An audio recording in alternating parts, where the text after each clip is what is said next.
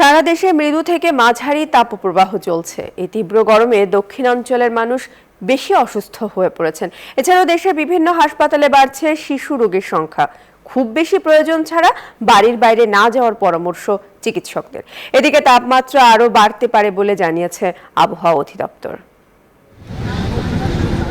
কয়েকদিনের তীব্র তাপদাহে উত্তপ্ত সারা দেশ, জনজীবনে নেমে এসেছে অস্থিরতা।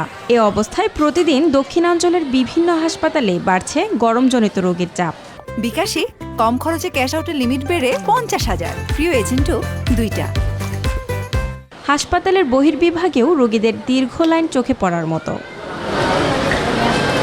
জ্বর, সর্দি, কাশি, ডায়রিয়া, হিটস্ট্রোক সহ নানা রোগে আক্রান্ত হচ্ছেন বিভিন্ন বয়সী মানুষ। এর মধ্যে শিশুদের সংখ্যাই বেশি। এই গরমে অ্যাজ ইউজুয়াল বড় রোগী যেভাবে ভর্তি হয় ওইভাবে হচ্ছে, কিন্তু শিশুর চাপ বেড়ে গেছে। শয্যা সংকটে শিশু রোগীদের নিয়ে ভোগান্তি পোহাচ্ছেন স্বজনরা। বাধ্য হয়ে হাসপাতালের বারান্দা ও মেঝেতে চিকিৎসা নিচ্ছেন অনেকে। আমার বাচ্চার ডায়রিয়া হয়েছে 4 দিন মতো, কিন্তু কম ছিল, কালকে থেকে বেশি, এই জন্য কালকে নিয়ে আসছি। নিউমোনিয়া হয়েছে, সাথে সেপ্টিসেমিয়া। আজকে 7 দিন ধরে ভর্তি হয়েছি।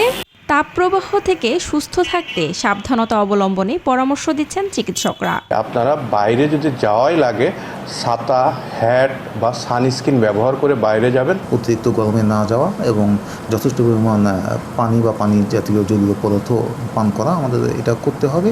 তীব্র তাপদাহ আরও কিছুদিন অব্যাহত থাকতে পারে বলে জানিয়েছে আবহাওয়া অফিস। যে তীব্র তাপপ্রবাহ বয়ে যাচ্ছে এটা অব্যাহত থাকতে পারে। আগামীতে তাপমাত্রা আরও বৃদ্ধি পাওয়ার সম্ভাবনা রয়েছে। গেল দুদিন দেশের সর্বোচ্চ তাপমাত্রা 40 ডিগ্রির উপরে রেকর্ড করা হয়েছে চুয়াডাঙ্গায়। Desk report, news 24।